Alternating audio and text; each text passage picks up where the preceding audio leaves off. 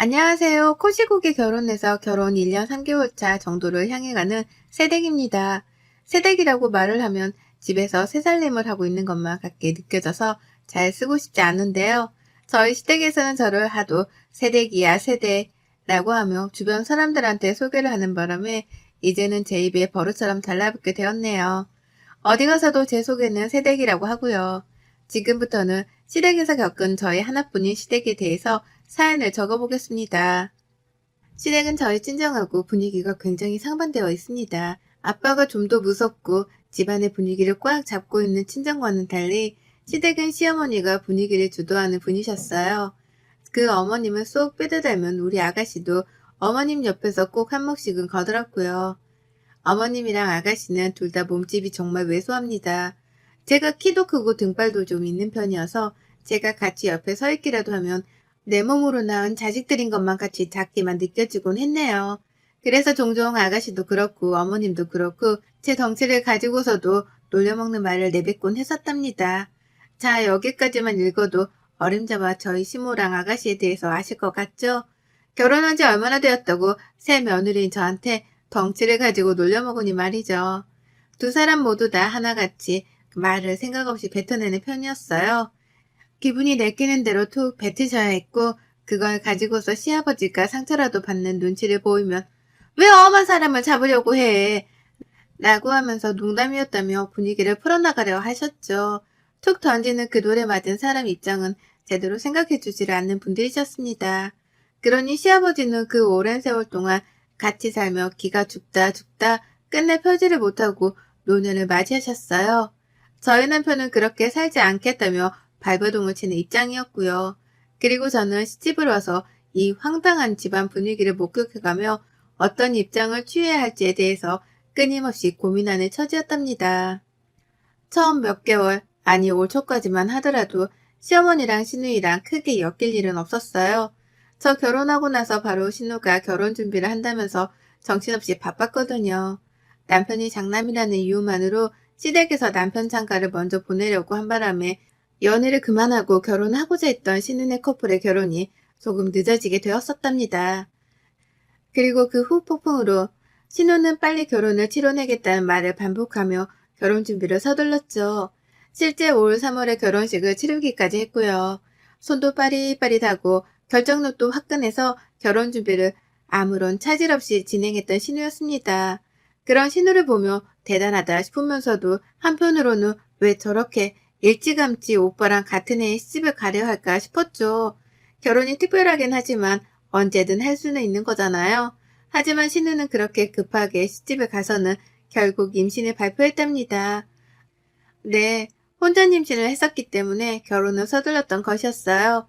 주변 사람들 눈치를 보기 싫어서 그런 건가 싶었더니만 그저 임산부 배가 나와서 입고 싶은 드레스를 입지 못하게 될까봐 그랬다고 하더라고요. 시어머니의 성격을 잘 아는지 시어머니께도 말을 하지 못한 채 그리 급하게 결혼하고서는 뒤늦게야 임신 사실을 털어놨고요. 저는 그때 시어머니의 성격을 다시 한번 잘 알 수 있었습니다. 화가 나니까 물불 안 가리고 소리부터 키워가며 목청을 높이는데 정말 무식한 돌덩이 같더라고요. 아무튼 그때 그런 일을 결혼하며 겪고 나니 저에게 시댁 식구들은 결코 편한 사람이 되지 못했답니다. 제가 그리 고상하거나 품격 있는 여자는 결코 아니었지만요. 저를 볼 때마다 덩치 얘기에 새댁이라며 꽉 막힌 조선시대 호칭으로만 소개를 하고 그도 모자라 혼전 임신의 집안 싸움까지 목격을 하게 만드셨으니 제 눈에 시댁이 멀쩡해 보일 리가 없었죠. 그래서 남들이 시댁 얘기를 할 때에도 나는 무슨 얘기를 해야 하나 싶고 괜히 하고 싶지가 않았습니다. 남편도 집에서는 자기 집이 그리 좋게 보이진 않던지 제 앞에서 얘기를 꺼내지도 않았어요. 저도 관심은 없었고요. 그런데 신우 배가 불러오기 시작하면서 일이 좀 꼬이더라고요. 신우가 히스테리를 부리기 시작한 겁니다. 저는 아직 임신을 해보지도 않았고 할 생각이 없는 처지였기 때문에 임산부가 될 일이 없었어요. 그러니 일상생활을 하는데 지장이 있는 것도 아니었고 더더욱 신우의 처지는 이해하기가 힘들었습니다. 그런데 신우는 제가 자신의 처지를 다 이해해주기만을 바라더라고요. 다 같이 시댁 식구들이랑 밥을 먹는 자리가 있었습니다. 시어머니가 자주 밥 좀 먹으러 오라고 부르는 편이었는데 저는 불편해서 자주 가지는 못하다 한 번씩만 찾아뵈었었죠. 그런데 앞에서 오만 걸 다 시켜 먹으려고 하더라고요. 저도 내내 일하고 사느라 몸이 힘든데 눈앞에 물컵이 있는 건 보지도 않고 물을 떠다 달라고 하기도 했고요. 오렌지 주스가 땡기는데 얼음을 팍팍 넣어 달라면서 옆에 있는 저를 쿡 쑤시더라고요. 가서 주스 좀 가져오라고 말입니다. 그 밖에도 밥 먹다가 입덧이라도 하면 갑자기 제 이름을 부르면서 일으켜 달라고 하고 입덧을 하는 동안에도 저보고 들어와서는 수건을 적셔달라고 시키더라고요. 입가를 닦아야 하니까 미리 준비를 해놓으라고 잔소리를 퍼보면서도 그 와중에 입덧을 열심히도 했어요. 저로서는 신우가 어찌되었던 체력적으로 약한 쪽에 속했으니까 도와야 한다 생각하고 별 수 없이 해달라는 걸 해줬습니다. 입덧을 하며 고생을 하고 있는 게 눈에 보이니까 부탁을 하는 건 최대한 들어주려고 했어요. 시어머니랑 시아버지, 심지어 저희 남편의 신우 남편까지 움직이지를 않고 구경을 하고 있는 걸 보면서도 내 일이겠거니 하면서 아무 말 없이 도움만 줬답니다. 그리고 다시 밥을 먹으려고 하면 밥맛이 하나도 없었어요. 앞에서 하도 요란스럽게 입덧을 해대는 신우를 보며 밥맛이 뚝 떨어졌거든요. 집에 와서도 내가 종노릇을 하고 왔는지를 모를 만큼 열심히 시댁일을 도와가면서 며느리 짓을 했고 그래서 늘 집에 오기만 하면 침대에 들어눕기부터 했답니다. 신경을 너무 많이 쏟아서 기가 빨린 상태였거든요. 제게 시댁은 딱 이런 꼴이었어요. 임신을 했다는 이유로 나를 함부로 대하는 걸 당연하다고 여기는 신우가 있었고 그런 신우한테 말린다거나 좀 타이르기는커녕 우쭈쭈 하기만 하며 내버려두는 시어머니가 계셨죠. 그 밖의 사람들은 모두 다 길을 못 펴고 사는 처지여서 제가 신경을 쓰지 않아도 되었고요. 아무튼지간에 참 제 친정하고는 달랐던 시댁 식구들에게는 정을 붙이기가 쉽지 않았습니다. 시댁에서 어머님 부름만 받아도 벌써부터 가서 고생하고 눈치 볼 생각에 머리가 지끈거렸죠. 그러다가 어머님이 김장을 하자는 연락을 해오셨어요. 신우가 막달에 가까워 배가 나와 있는 임산부라는 그 말은 쏙 빼놓은 채로 김장을 하자고 제안부터 하시더라고요. 김장철이 다가오는데 왜 먼저 소식이 없나는 말까지 던지면서요. 그래서 제가 물었었죠. 아가씨랑 하시는 거냐고요. 그러자 어머님은 당연하지. 내 딸인데 걔가 김치에 얼마나 환장하는데. 라고 하며 당연히 아가씨도 함께 김장을 할 거라고 대답을 하셨답니다.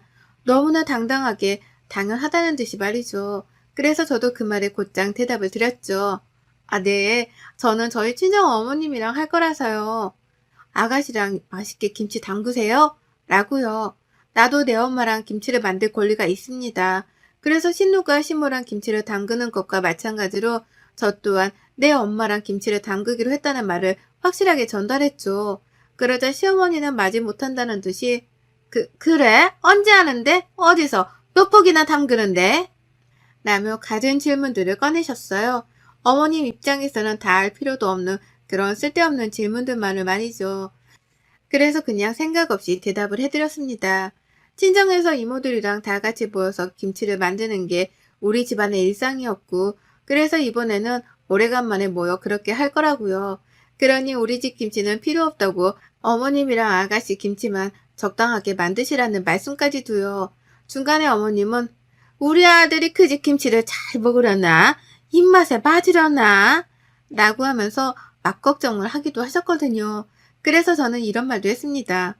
이미 저희 친정에서 결혼할 때부터 김치는 주기적으로 보내주고 계셨어요. 남편도 입에 잘 맞고 맛있다고 몇 번이나 말을 했으니까 그런 걱정은 하지 않으셔도 돼요. 라고 말이에요. 그러자 어머님은 더 이상 저한테 할 말이 없으셨는지 알겠다는 뚱한 대답을 하고는 전화를 끊으셨답니다. 그렇게 저는 이번 김장을 담그는 일에 대해서 시어머니랑 충분히 대화를 마쳤다고 생각했어요. 누가 들어도 저는 제 친정에서 김치를 담근다는 말이었고 그러니 시댁김치는 필요 없다는 말이었죠. 하지만 여기서 뭔가 대화에 문제가 발생했답니다. 저도 미처 예상하지 못했던 일이었죠. 친정에서 김장 준비를 하느라 한동안 정신이 없었어요. 저도 자식된 도리로서 김장하는 데에 들어가는 비용을 대드려야 할 것 같아서 엄마한테 미리 용돈도 보내드렸고요. 이모들이랑 이모들의 딸들까지도 모두 다 그날에 모여서 같이 수육도 먹고 파티할 작정으로 미리부터 설렜었죠. 각자의 집에서 배추값은 내고 엄마는 그 돈으로 배추를 사드리고 김장 준비를 하신다고 김장 전날부터 무지하게 바쁘셨답니다. 저는 엄마가 바쁘실 걸 아니까 막내 이모랑 같이 전날부터 미리 친정에 가 있었고요. 남편한테는 집에서 자고 다음날 오라고 했는데 남편이 같이 가고 싶다고 말을 하는 바람에 저희 부부는 함께 친정으로 움직였습니다. 그렇게 잠도 잘 잤고요. 친정에서 먹고 놀고 김치를 만들며 꽤나 재미난 시간을 보냈어요. 엄마가 돼지 한 마리를 잡아오신 건지 큰 대야 냄비 2개에다가 수육을 끓여서는 온 가족들이 정말 맛나게도 고기를 먹었고요. 그렇게 잘 놀고 집에 왔더니 허리가 부러질 것 같더라고요. 그리고 그제서야 저도 알아차렸죠. 오랜만에 친정에서 먹고 노느라 기분이 좋아서 몰랐을 뿐 사실 김치를 담그느라 엄청나게 고생을 하다 왔다는 걸 말입니다. 저도 저희 집으로 가져올 김치를 만든다고 배추를 아주 열정적으로 절인 것 같았거든요. 집에 오니 남편은 벌써부터 샤워를 하고 나서는 골아 떨어졌고 저는 김치를 김치 냉장고 안에 넣은 후에 잠깐의 뒷정리를 하고 이내 잠이 들었어요. 하지만 1시간도 채 잠들지 못하고 다시 잠에서 깨야 했어요. 시어머니 아주 급하고 황당한 전화를 받았거든요. 야, 너 김장 다 했어? 라고 하는 혀짧은 소리를 내며 화끈하게 첫마디를 뱉으신 어머님이셨어요. 겨우 정신을 차리고 보니까 주변이 아주 깜깜하더라고요. 새벽이었습니다. 시간은 밤 12시를 조금 넘긴 때였고요. 순간 미간이 찌그러졌고 다시 한번 핸드폰을 확인했습니다. 분명 시어머니의 번호였죠. 네? 라고 황당하다는 듯이 대답을 했어요. 지금 시간이 몇 시인데 김장했냐는 질문을 하려고 전화를 하신 건가 싶었으니까요. 차마 이 말을 직접 하지 못한 채 너무 당황스러워서 무슨 일이세요? 라고 되물었습니다. 그렇지 않고서야 왜 지금 이 시간에 전화를 해서 그걸 물어보자는 의도였죠. 하지만 어머님은 누구보다도 저를 답답해하며 되물어 보셨답니다. 너 지금 자다 일어난 거 아니지? 지금까지 자느라고 연락도 안 한 거야? 야, 김장을 했으면 바로 가져와야 할 거 아니야. 하루 종일 기다렸잖아. 라고요. 어찌나 황당하던지요. 정말 자다가 봉창을 두드린다는 게 이런 건가 싶더라고요. 갑자기 전화를 해서 김치를 다 담궜는데도 왜 전화를 하지 않았냐는 엉뚱한 소리를 듣고 자빠져 있는 내 자신이 너무 초라하게 느껴지기까지 할 정도였습니다. 그래서 역한 숨을 내쉬면서 시어머니 하시는 말에 대답을 못했는데요. 어머님은 그 사이에 또 저를 치고 나오더라고요. 내가 너 친정 가서 김장 담근다고 하길래 우리는 김장도 안 담그고 기다리고 있는데 김치를 다 만들고 나서도 연락을 안 주면 어쩌하니? 이게 시어머니를 하루 종일 기다리게 하고 있네. 라고요. 그러는 사이 저는 뻔뻔함의 극치를 보이는 시어머니의 태도를 믿을 수가 없다며 눈만 껌뻑이고 있었고요. 소리가 어찌나 요란했던지 옆에서 피곤하다며 코까지 골고 자고 있던 남편도 일어났습니다. 엄마야? 엄마 목소리인데 뭔 일 났대? 라고 하며 남편도 이게 도대체 한밤중 무슨 일이냐며 놀래 잠에서 깼어요. 급기야 남편은 불까지 켜고서는 옆에 앉아 저를 쳐다보는데 어머님은 혼자서 할 말만 주구장창 뱉어내셨답니다. 아니 너 니네 친정 가서 김장한다며 우리 것도 있을 거 아니야. 그러려고 우리 집에 안 오겠다고 한 거 아니니? 근데 김치를 만들었으면 곧장 가지고 오던가 아니면 얼마큼 만들었다고 말이라도 해주던가. 얘가 사람을 하루 종일 기다리게 하고 있네. 내가 너 친정 가서 재밌게 놀라고 일부러 연락도 안 했다가 지금에서야 하는 거야. 나 같은 시어머니가 어딨니? 라고 하면서 소리가 점점 더 격해졌죠. 남편이 제 전화를 낚아챈 것도 그때였습니다. 엄마 지금 몇 시인 줄 알아? 꼭두 새벽에 전화를 해서 그걸로 화를 내는 거야? 지금? 처가댁에서 김치 담그게 뭐 그걸 왜 엄마를 주라는 거야? 엄마가 왜 기다려? 김치를 달라고? 집에서 수희랑 김장하는 거 아니었어? 라고 하면서 남편도 못 참아주겠다며 막 밀어붙였어요. 제가 본 남편의 모습 중에서 그날 그 모습이 역대급으로 화가 난 모습이었습니다. 하지만 이를 그냥 보고만 있을 시어머니가 아니셨죠. 앞서 여러 번이나 말씀을 드렸듯이 시댁안에서 대빵이라고 할 수 있는 사람은 바로 저희 어머님이셨습니다.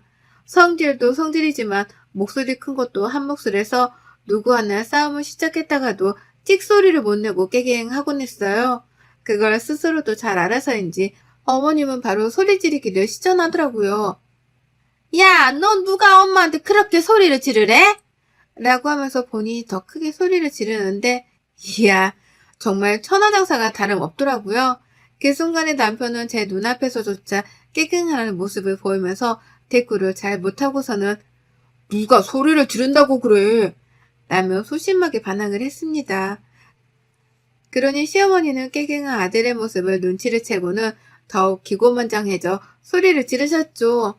내가 니들 김장하러 간다고 하니까 겸사겸사 우리 것도 해주겠거니 했지.